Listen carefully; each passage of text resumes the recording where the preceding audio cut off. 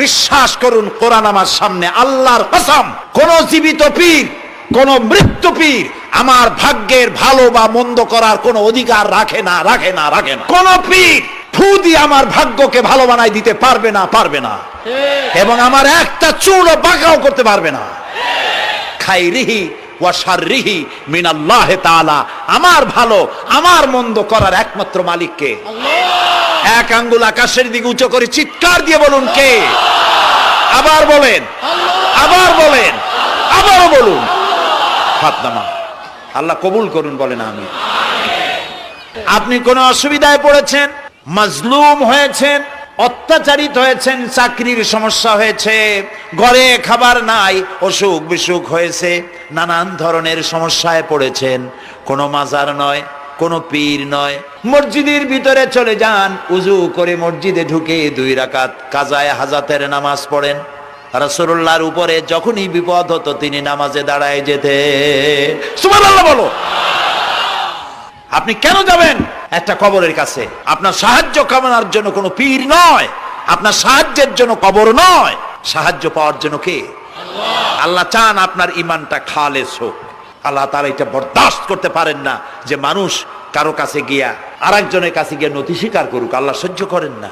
ইন্না শিরকা লাযুলমুন আযীম, শিরক হচ্ছে মস্ত বড় জুলম, অত্যাচার। আল্লাহ সব থেকে অপছন্দ করেন কোন গুনাহ? বলেন, শিরক। আল্লাহ সহ্যই করেন না। আমার এই বক্তব্য দিয়ে আমি কোনো পীরকে অমর্যাদা করছি না। পীর সাহেবদের কাছে পীর কোনো শরীয়তের শব্দ নয়। কোরআন এবং হাদিসে কোথাও পীর বলে কোনো শব্দ নাই। এটি ফার্সি শব্দ। এই শব্দের অর্থ হলো বৃদ্ধ। তো পীর যদি বৃদ্ধ হয় ভালো কথা, তিনি যদি আলেম হন আরো ভালো কথা। কিন্তু বাপ পীর ছিল, উনিও সেই সুবাদে পীর, ইলেম নাই, তোনার নিজের কাছেই তো টর্চ নাই। আপনাকে অন্ধকারে উনিও ম্যানহোলের মধ্যে পড়বে, আপনারে নিয়ে পড়বে। আলেম হইতে হবে, পীর যদি হয় আলেম হইতে হবে, 1 নম্বর কথা। 2 নম্বর কথা হলো তিনি ব্যবসায়ী হবেন না। ধর্মের নামে তিনি ব্যবসা করবেন না। তিনি মানুষকে হেদায়েতের পথ দেখাবেন, প্রয়োজনে জেলে যাবেন, প্রয়োজনে ফাঁসির মঞ্চে দাঁড়াবেন। তিনি নিজেকেই ইসলামের সব আমি করি, আর ইসলাম কারো কাছে নাই।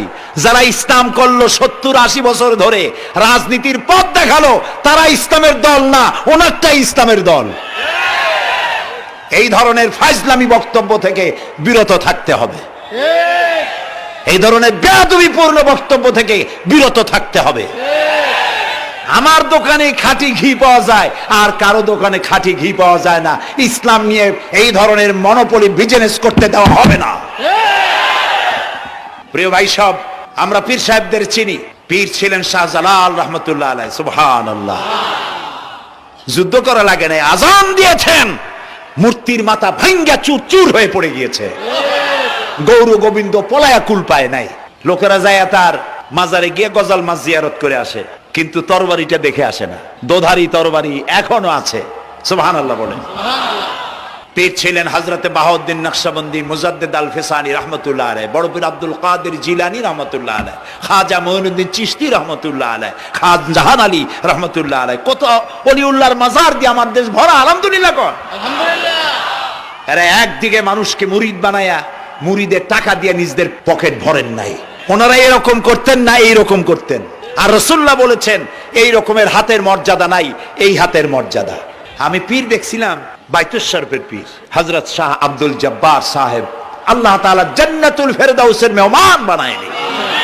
এই বাংলাদেশে শত শত মসজিদ, মাদ্রাসার এতিমখানা তৈরি করে গেছেন। সুবহানাল্লাহ কর।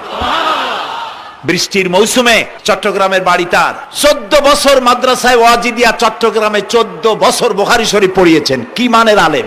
খালি পীর না, মুরিদরা যত টাকা দিত এই টাকা দিয়ে বড় বড় মাদ্রাসা মসজিদ করেছেন। আর বৃষ্টির সময় সাথী সঙ্গী নিয়ে বস্তি এলাকায় যেতেন, পলিথিন দিয়া ছাওয়া, বাচ্চা আর তার স্বামী নিয়ে কাতরায় এক কোনায় বসে আছে, খাবার নাই, চাউল নাই, অসুস্থ, তাদের চাউল দিয়ে আসতেন, তাদের রান্না করার শাকসবজি দিয়ে আসতেন, ওষুধ দিয়ে আসতেন, হাড়ি পাতিল দিয়ে আসতেন।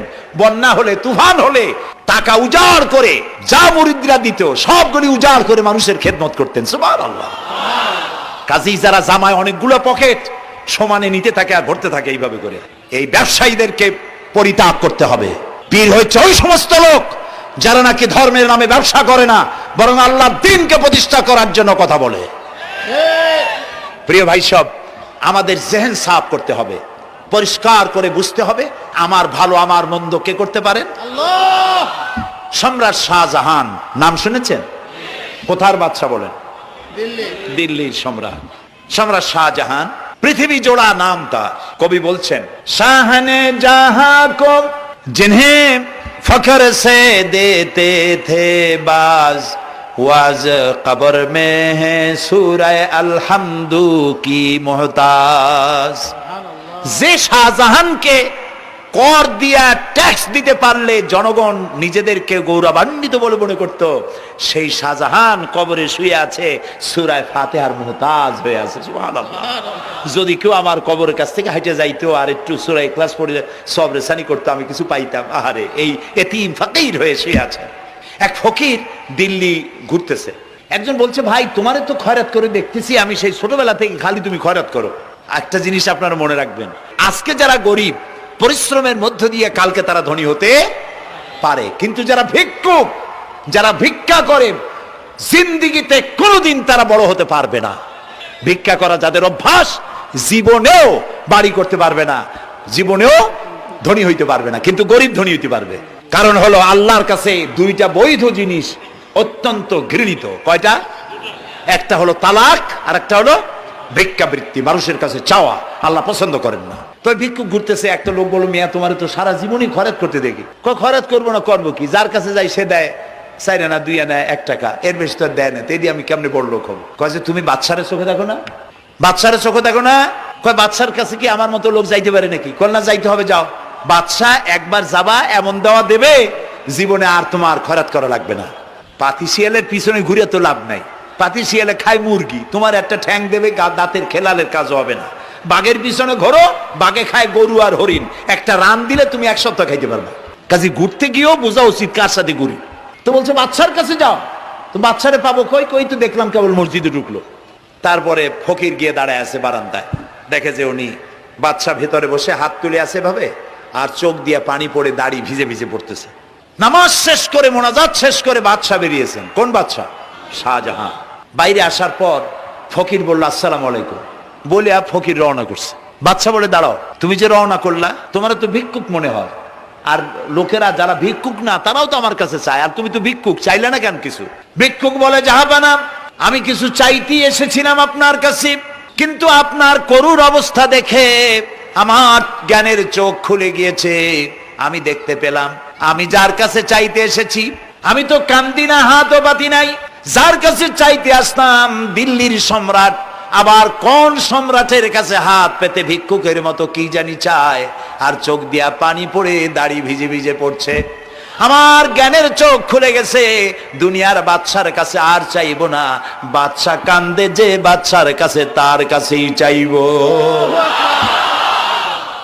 প্রিয় ভাই সব, এই জন্যে জিহেন সাফ করে ফেলুন। দুনিয়ার কোন মানুষের জন্য, মানুষের কাছে নয়, কোন কবরে নয়, কোন কারো কাছে নয়, আল্লাহ তাআলার কাছেই আমরা নামাজের মধ্যে ঘোষণা করেছি, ইয়্যাকা না'বুদু ওয়া ইয়্যাকা নাস্তাঈন। আল্লাহ তাআলা, তোমার একমাত্র ইবাদত করি, তোমার কাছেই সাহায্য চাই। কাজী সাহায্য আল্লাহর কাছে। কার কাছে চাইবো বলে? আল্লাহ আমাদের ঈমান পোক্ত করে দিন। আমরা বলি আমিন, আমরা বলি আমিন। অসুখ বিসুখ হইলে পরে ধৈর্য ধরবেন। অনেক মানুষ আছে জ্বর হইলে কয় যে এত নামাজ পড়ি খালি জ্বর আমারই হয়, এত রোজা রাখি, ভালো ভালো কাম করি, আমার ছেলের অসুখ মোটে সারি না। এই জাতীয় কথা বলবেন না। মুমিনের পায়ে যদি কাঁটাও ফোটে, সওয়াব থেকে খালি নাই। ধৈর্য ধরতে হবে। কাঁটা ফুটছে, বলেন ইন্না লিল্লাহ। আজাবান লিল মুমিন, মুমিনের জন্য বড়ই আশ্চর্য ব্যাপার, বিপদ হইলেও শুকর আদায় করে, আর সুখে থাকলেও শুকর আদায় করে। সুবহানাল্লাহ বিহামদি। বিপদ আসলে সে বলে ইন্না লিল্লাহি, বলেন ইন্না লিল্লাহি ওয়া ইন্না ইলাইহি রাজিউন। আর যখন শান্তি আসে বলে আলহামদুলিল্লাহ। দুই অবস্থায় তার জন্য নিয়ামত আল্লাহর তরফ থেকে সে পায়। আলহামদুলিল্লাহ।